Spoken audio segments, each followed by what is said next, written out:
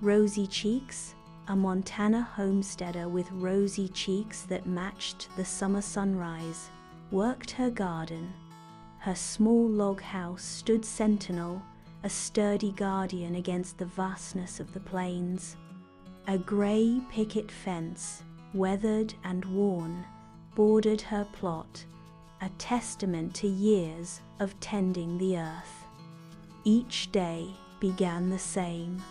Rosy would trudge to the well, her worn bucket dangling from her calloused hands. But the bucket had a tiny, persistent leak. With each step toward her flourishing garden, a trail of tiny droplets marked her path. A slow, steady loss. By the time she reached the thirsty rows of tomatoes, beans, and squash, the bucket was invariably empty.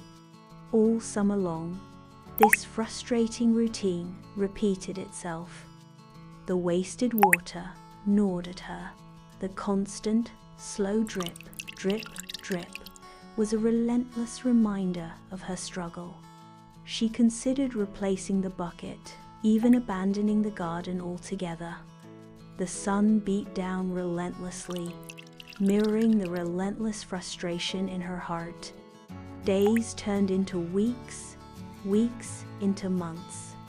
The summer heat intensified, and so did her weariness. Finally, as the first leaves of autumn began to turn, she stood at the edge of her garden, utterly defeated. The thought of giving up, of letting the hard work of the season go to waste, was almost unbearable. But as she looked upon her garden, a wave of wonder washed over her. The tomatoes were plump and red, the beans were bursting from their vines, and the squash were large and heavy. Each plant, each vegetable was exactly as it should be.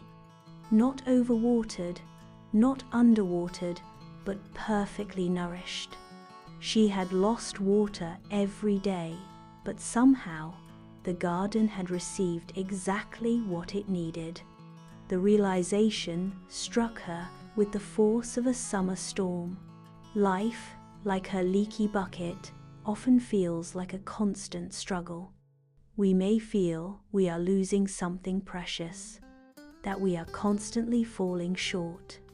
But just as the garden thrived despite the leaky bucket, we too often find ourselves perfectly provided for, even in the midst of our trials.